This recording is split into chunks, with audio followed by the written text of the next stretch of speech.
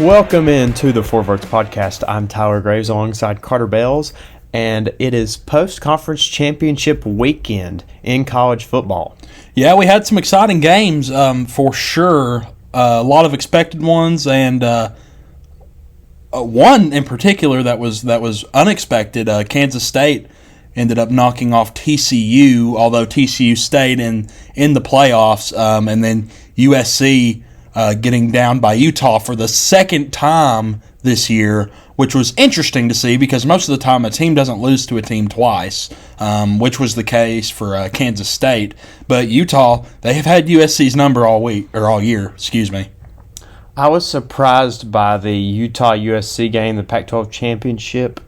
We're not going to talk about these games like in depth, like we're not going to go into stats and stuff like that. But Utah comes away with the win 47-24, and Caleb Williams, obviously he got hurt in this game. He was hobbling around. Utah, I picked them to win the Pac-12 at the beginning of the year. Didn't think they would be 10-3. I thought they'd be a little better than that, but good to see Utah win the Pac-12, and USC with that loss was knocked out of the college football playoff, and Ohio State was moved into the college football playoff. So Buckeye fans were very happy to see that result. Yeah, and if I'm not mistaken, their head coach, Utah's head coach, said, "You're welcome, Ohio State fans," or "You're welcome, Ryan Day," or something like that, in his post-game presser. The Big 12 championship, Kansas State and TCU. Did we both pick Kansas State in this one? I can't remember. I think I did. I picked TCU just because they've had that mojo all year. I figured it would continue, but not the case. Of course, it obviously doesn't matter in the end, as they're still the number 3 team in the country. Yes, they didn't drop at all. Which I think I would agree with. Yeah. If you've already beat a team once, like I said, it's very hard to beat them twice. The thing that happened with Utah and USC is rare, so it makes sense that TCU stayed in the top 4.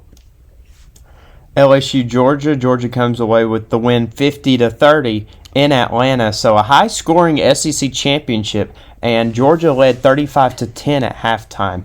Carter, I watched a lot of this game.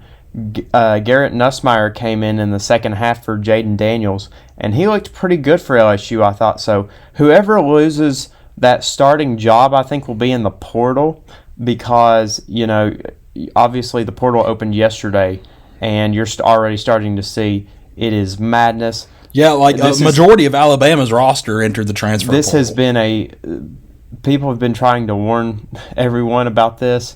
This upcoming offseason is going to be crazy as far as the transfer portal goes. Yeah, and really hard on upcoming freshmen in order to find spots. Those guys that aren't set in stone on where they want to go yet, they could end up losing their scholarship opportunities because of guys transferring in the portal. So I hate that. Hate that for the young guys. Going back to this LSU-Georgia game, Nussmeier looked pretty good when Jaden Daniels went out with I believe it was an injury, a lower extremity injury. I think it was his foot. Yeah, his from knee down has been unhealthy for Jaden Daniels. I feel like all year he's really struggled. I know even in the Tennessee game they were discussing whether or not he was going to be 100% whenever Tennessee played LSU in Baton Rouge way early in the year. But no, Georgia really controlled the game all evening. Which was expected. I don't think anybody, except for a few LSU fans that don't know what they're talking about, thought that LSU was going to win this game. And what did you think? Did you see the blocked kick return? Did you see that? Yes, I did. I think that's just a lack of IQ when it comes to knowing what to do in a certain situation. A field goal, like extra point, the ball's dead. But that was a field goal. That was a 3-point kick, and the ball is not dead when it hits the ground. And Georgia knew what to do, as you saw the coaches in the coaches box saying, "Don't touch it, don't touch it, don't touch it." And then he touched it whenever everybody was off the field. Went for a wide open touchdown. And then we can't finish talking about the LSU Georgia game without talking about the 2-point conversion call by Kirby Smart to put them up 50 to whatever at the time. I think it was 20 something. Yeah. So it's just kind of weird to see that he didn't get a whole lot of flack for that, but Tennessee scoring against Missouri with the backups in late in the game is terrible. So just shows you where the media is in that standpoint. American Athletic Conference, Tulane takes down UCF 45-28. Tulane is now 11-2 on the year, and I believe they are playing USC in the Cotton Bowl. So that's the matchup for them, the bowl game matchup. And I've been very impressed by Willie Fritz and Tulane this year as coming into the year, I don't think anybody expected them to go 11-2 and be ranked inside the top 20, but here they are.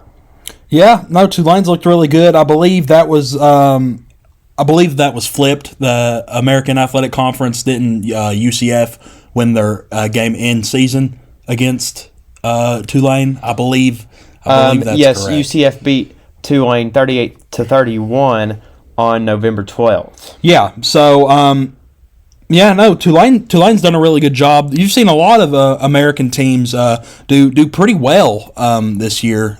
So that's been cool to see a group of 5 teams be successful. Yeah, usually in the American Athletic recently, you've had Cincinnati, UCF, Houston, now Tulane. You also had SMU there for a little bit, and Louisville. Actually, Louisville is in the ACC now. They were AAC. Yes, they were AAC. Now they're Memphis a couple years ago was pretty good. So, yeah, American Athletic now, Tulane is up there with those teams on that caliber of level. 2 more games to talk about. ACC Championship. Clemson destroys North Carolina 39-10. What's crazy about this game is the yardage. Clemson only outgained North Carolina by 1 yard in total offense. Wow. Yeah, that's really crazy considering the score. And Clemson did this with a backup quarterback in. He's going to be their starter. Yeah, he'll be their starter now as DJ's entered the transfer portal, and that's really that's really been their kryptonite all year is quarterback play.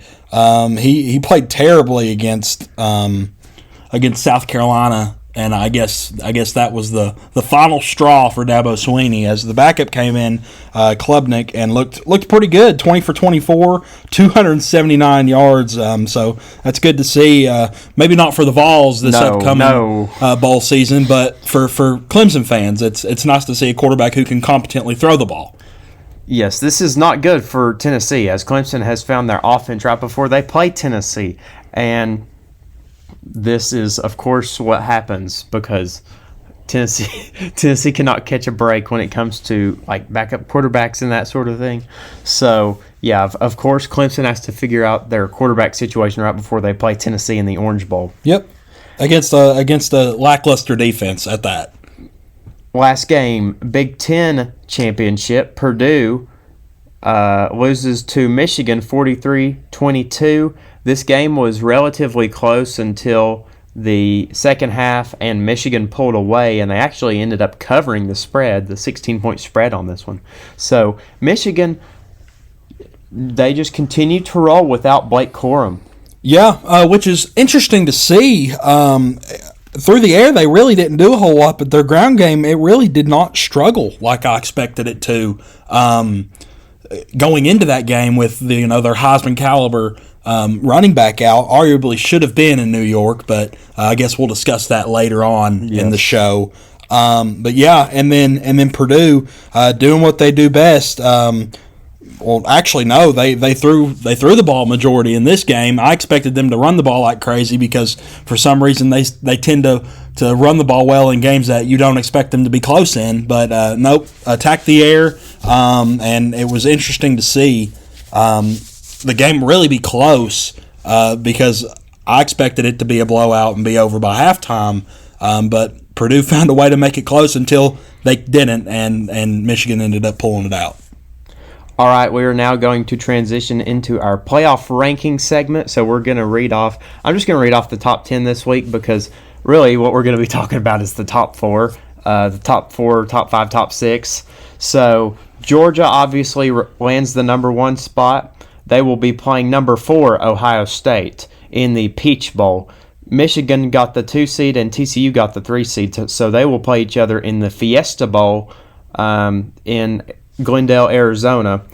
And TCU, Carter, like you said, they did not drop after losing to Kansas State, and I thought I agreed with that. I didn't think that they should drop a spot just because they lost in overtime on a field goal when, really Kansas State came up with a goal line stand.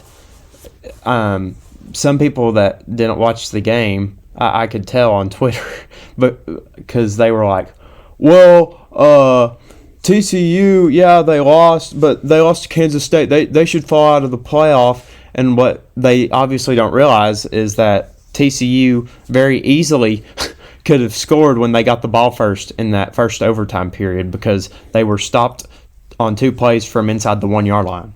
Yeah, no, I agree, Tyler. I would agree with TCU staying in the top 4. I figured they might have dropped to 3. Or might have dropped to 4, excuse me, instead of staying at 3. But I guess the committee felt that they had shown enough during the regular season to stay at 3, and I guess you'd rather a 12-0 team that lost in the conference championship to become 12-1 be at 3 than a team that lost in the regular season in Ohio State. Well, my theory behind that is they didn't want Michigan and Ohio State to play in the first round. That's my theory. That is also true. As that Georgia-Ohio State game, a lot of Ohio State fans think they've got a chance. Yes, that's going to be one heck of a game. The build-up to that game is going to be huge.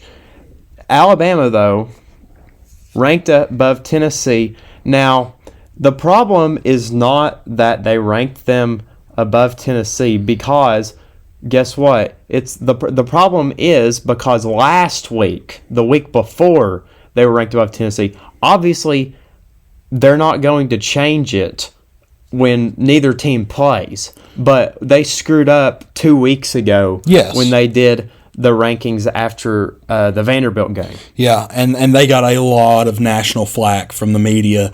Really nobody except for Alabama fans were like, it's okay that Alabama and Georgia fans. Yeah. Georgia fans siding with Alabama fans. I never thought I would see that. Nope, but they did. I guess it's because Tennessee is a rival.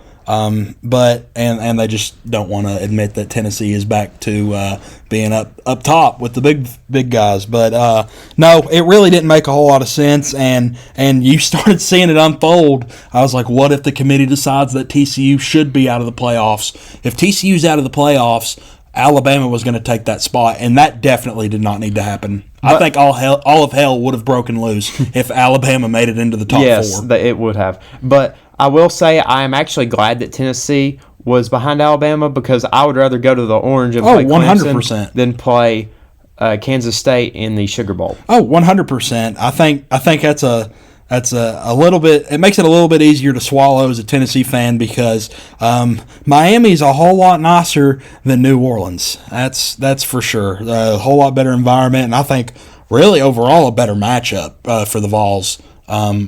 Really, not even like playing wise, but like media wise. You get a bigger brand. Yes. You're playing a bigger brand in Clemson. You're playing at night versus playing at noon.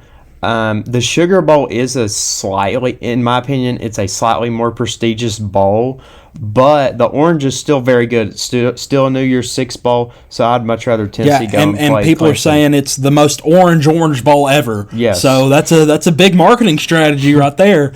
So yeah, I'm looking forward to it, and I'm definitely okay with Alabama being ahead of Tennessee now. Speaking of Clemson, they were ranked 7th, Utah 8, Kansas State 9, and USC at 10. So they dropped to USC 6 spots all the way to number 10. As they should. You lost to the same team twice.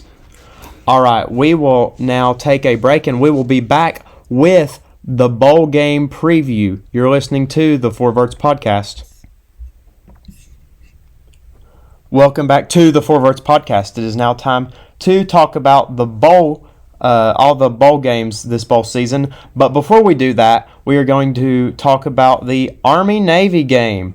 This is one of my favorite games of the year, Carter. Oh, it's for set sure. aside on its own Saturday on December.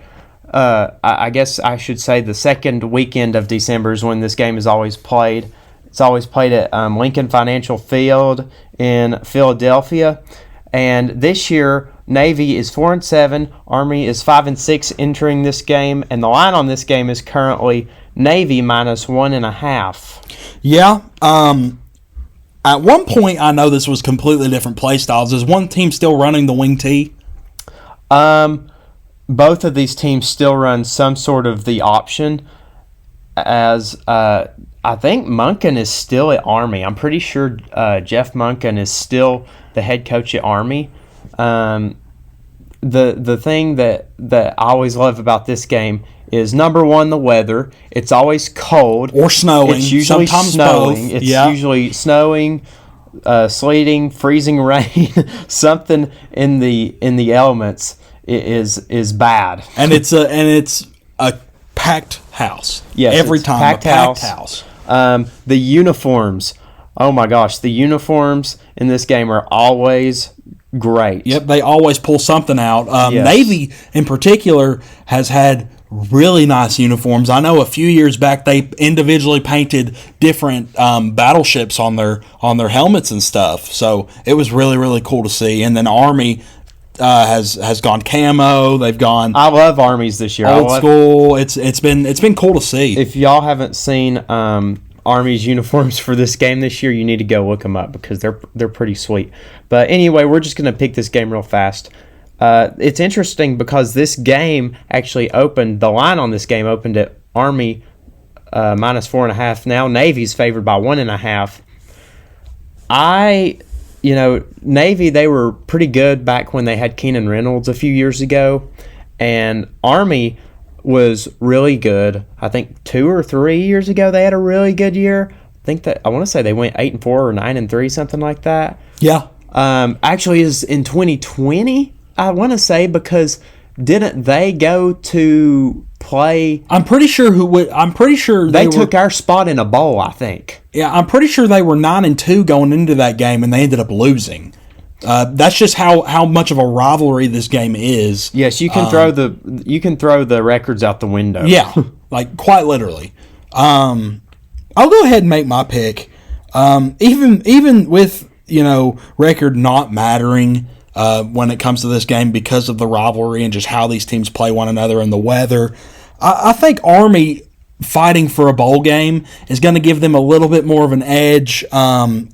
Navy is obviously picked to win here, but I think Army's going to end up pulling this one out, and they're going to get the win and go bowling. The over-under on this game is 32.5, by the way.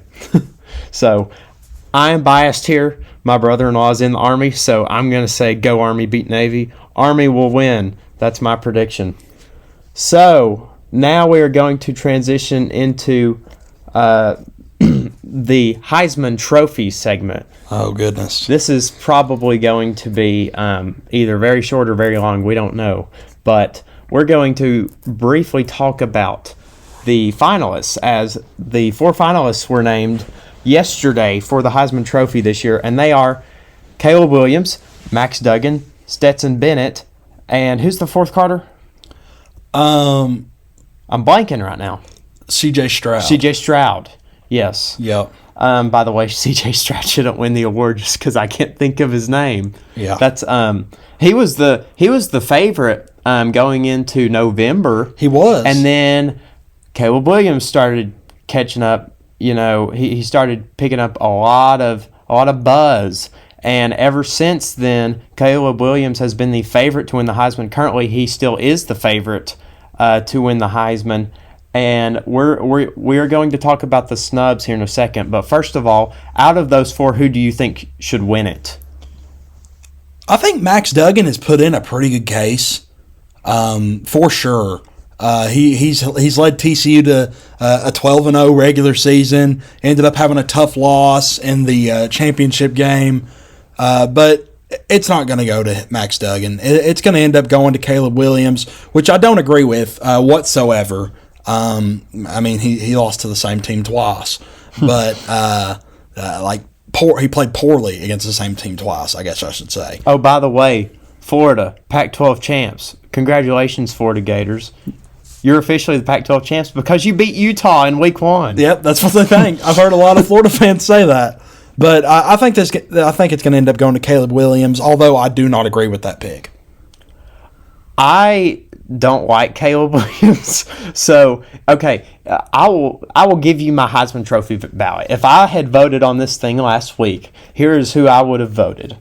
I would have voted Hendon Hooker number 1. Yes. And I honestly don't think that's even very biased. If you compare his numbers against anybody's, he is the best or second best in the country. Yeah, and here's the biggest problem with the Heisman, particularly their reasons behind electing guys. In their election process, they claim that they look for integrity in a player and how high their character is.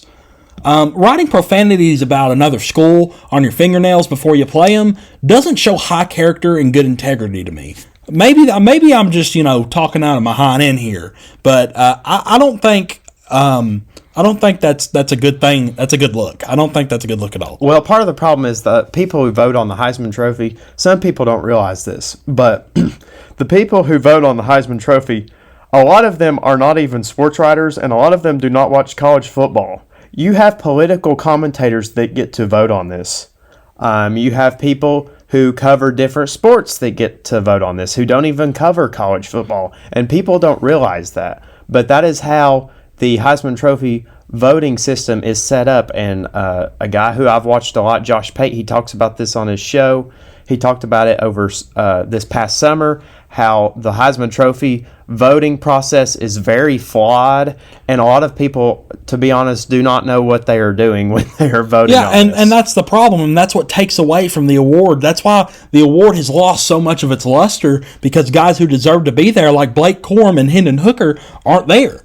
And they should be there. It's really, other than Caleb Williams, all the guys that are on that list are in the college football playoff, and it shouldn't go to the guys who are on the winningest teams or have the most talent around them. It should go to the best player in college football, and you cannot tell me that Hendon Hooker and Blake Corum were not in the top 4 on that.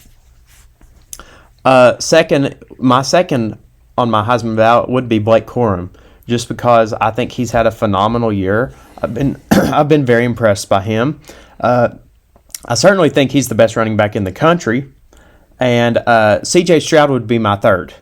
So I would go Hooker, then Blake Corum, then C.J. Stroud. And for a fourth, I would honestly put I know you like Max Duggan. I would put, it's tough, but I think it's a toss-up between Bryce Young and Max Duggan, because Bryce Young, if you take Bryce Young off that team, Alabama is 8-4 this year. I agree. They are not 10-2. They're 8-4. He led them to a comeback win against Texas, and then the Ole Miss game. Really, even if he's not on the field against Ole Miss, they lose that game. Yes. If he's not on the field against Texas A&M, they more than likely lose that. Well, game. he wasn't. Oh, that's right, he wasn't. He got hurt. That's why I say 8-4. Yeah. Some people are saying 6-6, 7-5. I was like, no, Milroe 100% could have won 7 games. That's right. I completely forgot he missed that game. But yeah, no, I would agree with you. There's no way Bryce Young is also not one of the top 5 at least players in the country, and you didn't even see him really get mentioned for this award. And he was the reigning Heisman Trophy winner, and he didn't even get mentioned for this award really by anybody nationally. So. And then obviously I wouldn't vote for Caleb Williams just because I don't like him. I don't like him doing that stuff. But no, that doesn't show high character. You don't deserve an award that has integrity in its reasons for winning. If you're writing profanities about another school on your fingernails for the entire world to see nationally. All right, we're now going to transition into our bowl games segment. So this is the first bowl game we will discuss, Cincinnati and Louisville in the Fenway Bowl. Carter, as Scott Satterfield, head coach of the Louisville Cardinals, has accepted the Cincinnati head coaching position. And what's hilarious about this game is both of these teams will share a sideline. So people are saying that Scott Satterfield should just stand at the 50 and coach both teams. I saw that. Cincinnati losing their coach is obviously big. And then Louisville. I think they downgraded. I mean, Fickle. You go from Fickle to Satterfield, really? Yeah, doesn't make a whole lot of sense to me. This is tough. Is Fickle coaching this game? He is not. He is already in Wisconsin. Okay. I'm pretty sure. Okay. Give me the Bearcats. I still think Cincinnati's going to win this game. I think Louisville will want to stick it to Scott Satterfield, so give me the Cardinals. I think they'll have a little extra motivation in this game. Next game, December 17th at 2:30. Excuse me. Las Vegas Bowl. Florida takes on Oregon State. Oregon State is favored by 10 points. I will go first. To me, this is a very tough game to pick because obviously you've got a struggling Florida team this year. But Oregon State, they've had a really good year before the season. A lot of people didn't believe in them, myself included. I think I was looking back today. I'm pretty sure I picked Oregon State to go 5-7 this year. And they went 9-3. So I'm going to go with Oregon State here. I would stay away from the line on this one, though. Before I make my pick, I do have to say congratulations to Anthony Richardson for being a 6th or 7th round draft pick, as he's decided to declare for the NFL draft after showing really the only thing he's good at is being inconsistent when it comes to accuracy and decision making. So yeah, give me Oregon State to win this game. I can't pick the Gators to win. All right, Carter, next game is the Gasparilla Bowl, the world-famous Gasparilla Bowl, as Wake Forest is taking on Missouri. Wake Forest is favored by 2.5 points. This game comes on ESPN on December 23rd. Well, Missouri had a big win against Arkansas to make them bowl eligible. Mm-hmm. I called that, actually. I ended up picking Missouri to win that game. However, I don't think they're going to win this game. Is Sam Hartman playing in this game, or is he opted out? I do not know, but I'm taking Wake Forest either way. I just think they're better than Missouri. I'll be taking Wake Forest if Sam Hartman plays, and I'm going to assume he is. So give me the Demon Deacons. December 27th, Guaranteed Rate Bowl. This is a new one, Carter, on me. Guaranteed Rate Bowl. It's taking place in Phoenix, Arizona. 10:15 Eastern Time. Wisconsin plays Oklahoma State. Wisconsin is currently favored by 3 points. Wisconsin, obviously, with some coaching turnover there. I believe I'm blanking on their interim coach's name, but I think he will coach the bowl game as Luke Fickell is actually keeping him on staff. So I'm going to go with Wisconsin. Mike Gundy, Oklahoma State started off really good this year. Yeah, they were ranked in the top 10. Talk about a disappointing season for Oklahoma State. They just fell off the second half of the year. Yeah, no, it was bad. Talk about a disappointing season after starting 6-0, if I'm not mistaken. Yeah, I think so. And finishing 1-6. I think 1-5. Yeah. So that's not good to see. Maybe questioning the coaching from Gundy. So I'm going to agree with you. Give me the Badgers here. Oklahoma State has just shown consistencies all year, and that's going to reign true in the bowl game. Now we're starting to get into the better matchups as December 28th rolls around. Kansas will play Arkansas. Arkansas is favored by 4.5 points. This is the Liberty Bowl, so it's going to be in Memphis. Bad field. It's a terrible field. I'll take Arkansas. I know they're having a lot of guys leave right now via the transfer portal, but Kansas has fallen off a cliff, kind of like Oklahoma State in the second half of the year, so give me Arkansas. Yeah, Kansas has won 1 in their last 5 games. Arkansas has won 2 in their last 5 games. So give me Arkansas to win this game. Neither team has really played well. Kansas exceeded expectations, I will say. Yes, they did. So it's a very Lance good, Leopold did a good job. Really good first year for Lance Leopold. But yeah, I think Arkansas is going to win this game. Give me Arkansas against Kansas. 8 o'clock Fox, same day, December 28th. The Holiday Bowl. It's going to be Oregon versus North Carolina. Oregon is favored by 12 points, Carter. And I think this might be a little too much. I know North Carolina's not very good, but Oregon favored by 12, that seems a little steep to me. I'm going to go with Oregon, but I'll go with North Carolina plus 12. Yeah, Drake May has struggled these past few weeks. You saw him being mentioned when it comes to Heisman a lot recently, but that kind of fell off the face of the earth over the last 4 games because he struggled. Even against Clemson, he threw 2 interceptions. So give me Oregon to win this game. I'm assuming this spread is particularly because North Carolina's defense is awful. So I think Oregon's going to cover the spread here. All right, and then the Texas Bowl, 9 o'clock ESPN on the 28th. Texas Tech takes on Ole Miss. Ole Miss was able to keep Lane Kiffin as their head coach, and they are favored by 4 points against the mighty Red Raiders. Yeah, Texas Tech coming off of the regular season with 3 straight wins, one of them a big overtime win against Oklahoma. Ole Miss has quite literally fallen off the face of the earth following their loss to LSU, as they lost 4 of their last 5. Their only win being against Texas A&M in a game that they very easily could have lost. This is tough. I'm going to go Mississippi to win this game. I think Ole Miss is going to finally get it together and bounce back. So give me the Rebels over the Raiders. The Egg Bowl was a hard-fought game, and obviously I think the Kiffin to Auburn rumors, I think they had an impact on the players. Obviously, I mean, I know if I was a player and I was hearing that stuff about my coach potentially leaving, it would affect my mental state. I would agree, yeah. I'm going to go with Ole Miss in this game, and although I could very easily see Texas Tech winning, because Texas Tech is a good team.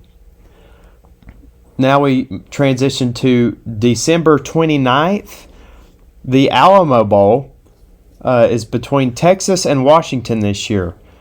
Texas is currently favored by 6 points. This game comes on ESPN at 9 o'clock. And Washington is 10-2, Carter, this year. Texas is 8-4, but they're favored in this game. Yeah, Texas has had a weird year too. It's been a lot of ups and downs for Sark.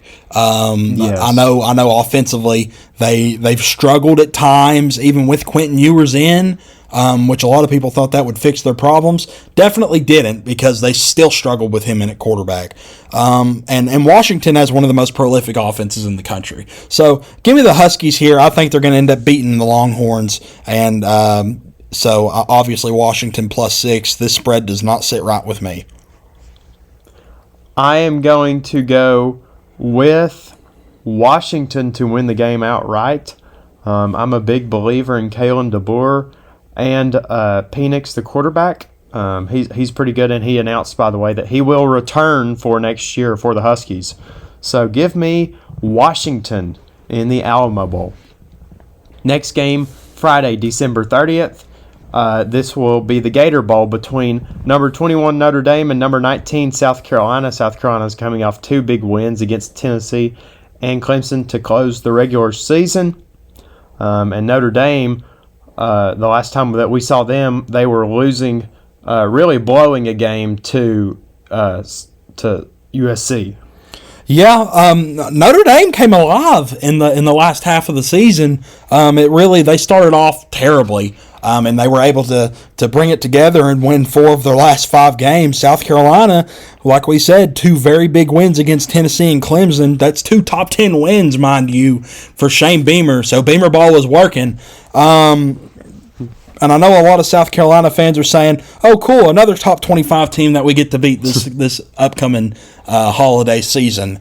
This is a tough game for me. I'm I'm going to go with the Irish to win this game.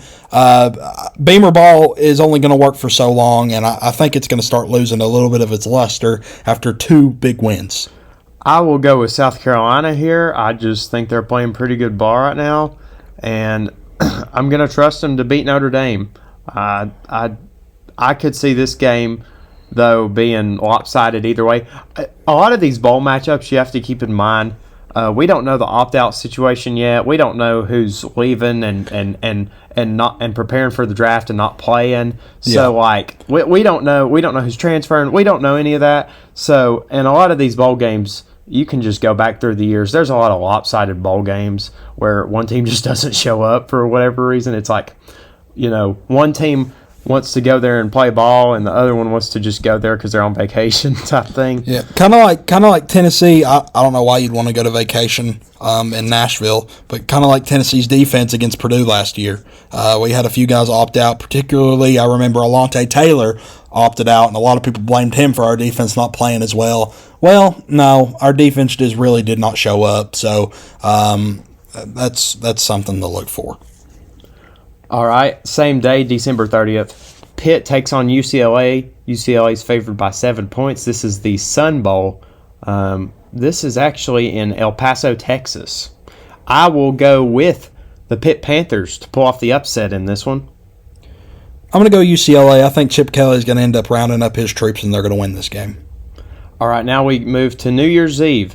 The Sugar Bowl at noon. This is number 5 Alabama versus number 9 Kansas State, the Big 12 champions, Kansas State Wildcats. So I'm actually going to pick the upset here.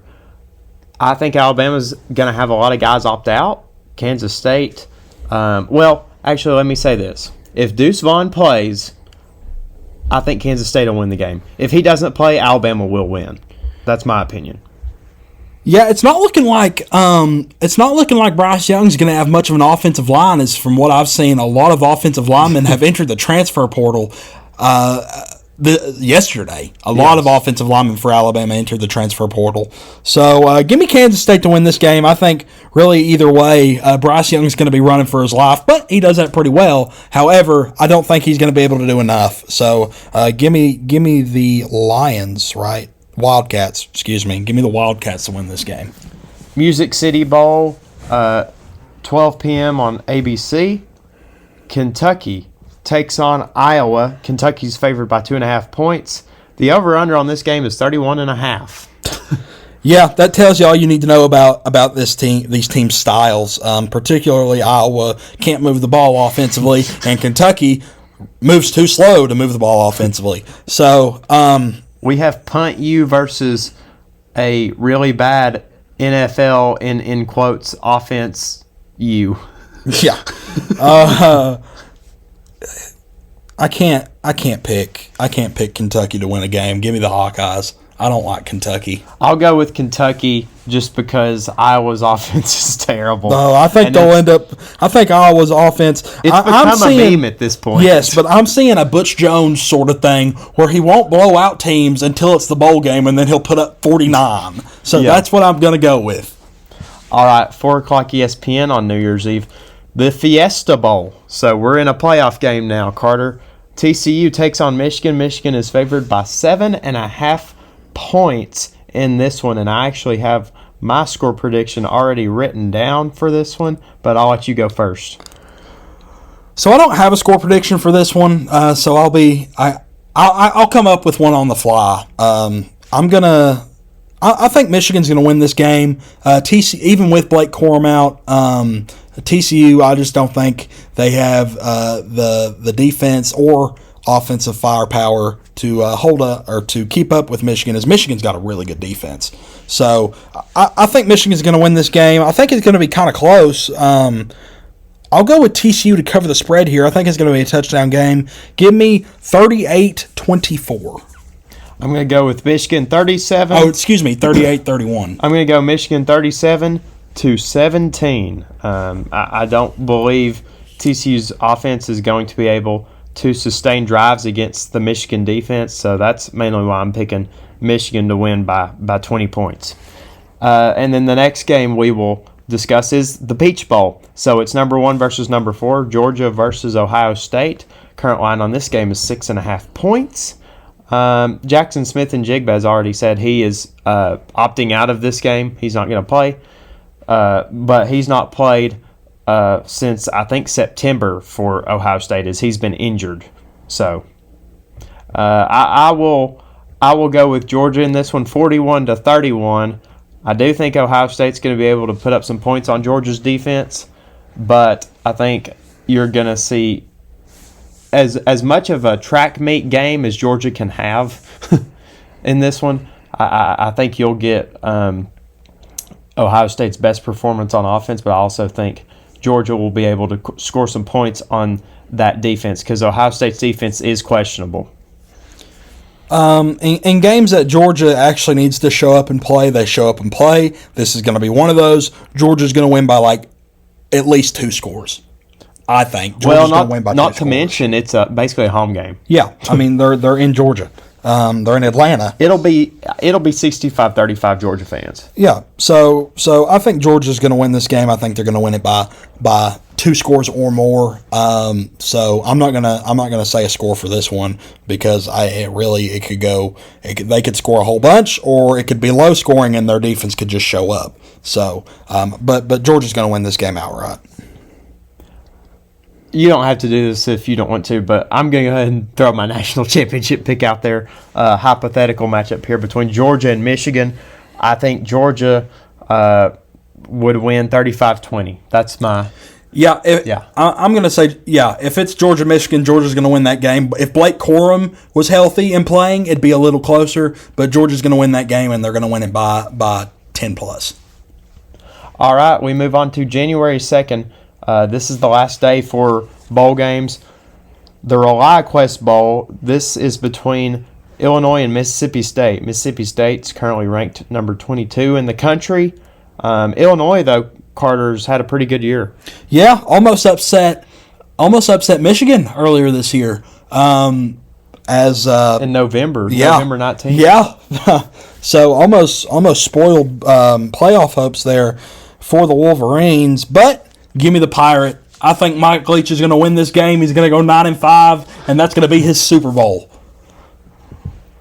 I'll go with Mississippi State as well.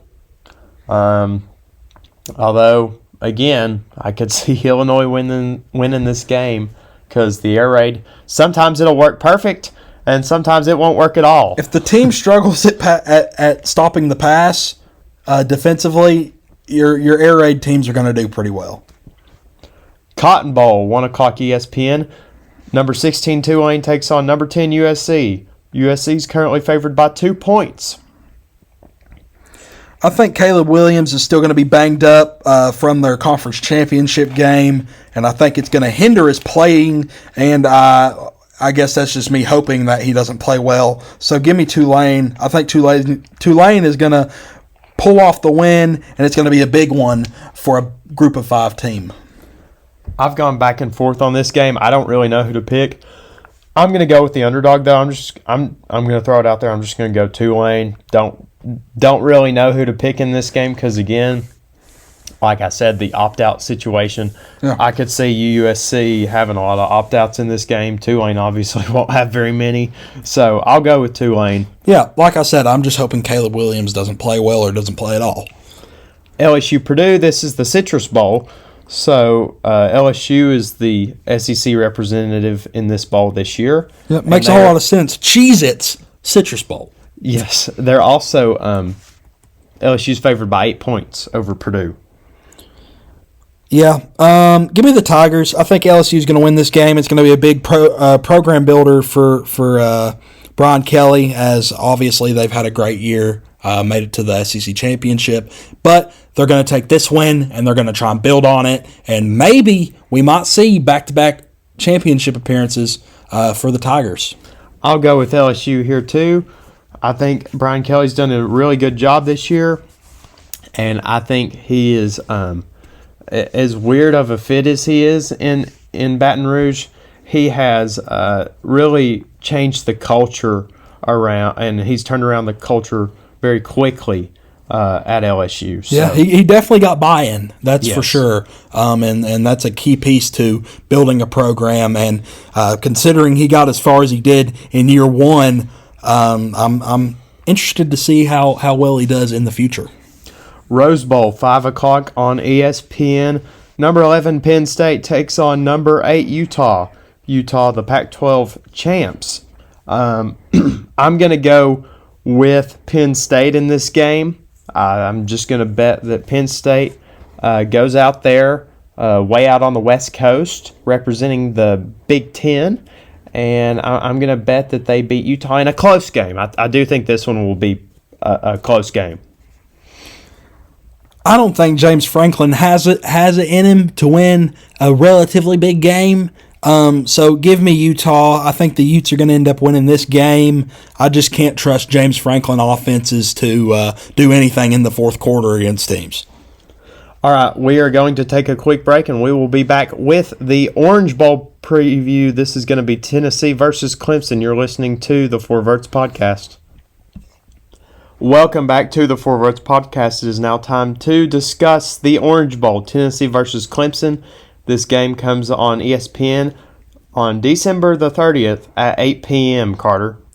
Yeah, interested to see what kind of team shows up for Tennessee offensively, as this will be Joe Milton's second start this year. I want to say his fourth career start as a Tennessee Volunteer. So it'll be interesting to see. Hopefully, a lot better weather than what we saw in Nashville a few weeks ago. As that was definitely tough weather, and I know he got a lot of flack for overthrowing guys. But whenever you can't really get a grip on the ball, I don't know what you really expect from a guy. I'm kind of shocked that the line is Clemson -7 now, as it was -4.5. That's what it opened at, I think. And it's already moved to Clemson -7. I have to think that's because of Cade Klubnik and the way he played against North Carolina. And people are seeing that, and they're putting money on Clemson. The FPI, however, favors Tennessee in this one, I believe. It does. 57.9 opposed to 42.1 in favor of the Vols. Yeah, I'd like to say that Tennessee's defense is better than North Carolina's. Maybe not by much, but I'd like to say it's better. I don't know. I think their front seven's a lot better. Yes, I agree with that. DBs, I don't know. North Carolina doesn't have a good defense. At all. They don't. No. I think Tennessee has a slightly better defense, so the edge is there. But Clemson lives and dies by their defense, as they have really all year. That's really the reason they're 11-2 right now, because they obviously didn't have good quarterback play until this previous week. So could be something to look at. Could be a mismatch for the Vols. Obviously, the big story for Tennessee in this game is Joe Milton, as he is going to be the starting quarterback for Tennessee in this game, with Hooker being out with his injury. I don't think Cedric Tillman will play in this game. That's just my opinion. I don't think Tillman's going to play. And I'll be curious to see if Jalen Hyatt plays. We haven't heard anything yet. I don't know if he's coming back or not. I wouldn't think he is, but I've heard that he wishes to play college football with or against his brother, and he can't do that unless he stays another year. So I'll be interested to see what goes on there. I'm not necessarily worried about the quarterback room or the wide receiver room, if neither of them play, because Joe Milton has a lot more reps with the second string guys, so the chemistry should be a little better. And I don't know if you can technically consider Ramel Keaton and Squirrel White second string guys, because they got quite a bit of first string reps this year.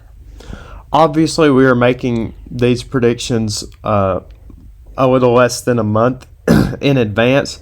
So things can change pretty drastically in the span of, well, I guess it's closer to 3 weeks that we're doing these predictions. I'm going to go with Tennessee, though. I think Tennessee will win. Don't think it's going to be a blowout. I think this is going to be a pretty close game. You've got, Clemson's defense, who's pretty good, versus Tennessee's offense, which is good even without Hendon Hooker. I mean, 56-0 against Vanderbilt. Tennessee will still be able to put up points on Clemson, so I'm going to go with Tennessee 38, Clemson 27. Yeah, I think the comments made by Dabo Sweeney earlier in the month, which he's now basically retracted. Yes, he's retracted after their loss to South Carolina, which is funny to me. But I think that's going to be a little bit of added fire for the Vols. I think they're going to end up winning this game. I think our offense, even without Hendon Hooker, is going to be too much to handle. As Joe Milton, as we saw earlier this year, when he's on, he is on. I'm betting on him to be on this game. I think Tennessee's going to win this game. I think we're going to end up scoring in the 40s. Give me 45-35 Vols. All right, so that's going to do it. This is our final podcast of the season, so I want to thank everybody for tuning in and listening. Carter, do you have anything you want to say to people besides please sponsor us? I hope to do this again next year. Yes. We've really enjoyed doing it. We've enjoyed making content for everybody. So hopefully we can keep doing this. Maybe expand our horizons a little bit in the future. But as of right now, we plan on sticking with college football. Maybe move that to college and NFL at some point. But we're going to stick with our bread and butter right now. Well, if anyone is interested in doing college baseball or college basketball with Carter, let us know, because I told him I don't think I can do either one of those just because I don't watch those as much, but he does. And if someone would want to do that with Carter, I know he would be more than happy to do it. So for sure, yeah. Once again, I want to thank everybody for listening to this podcast, and we'll see you next time.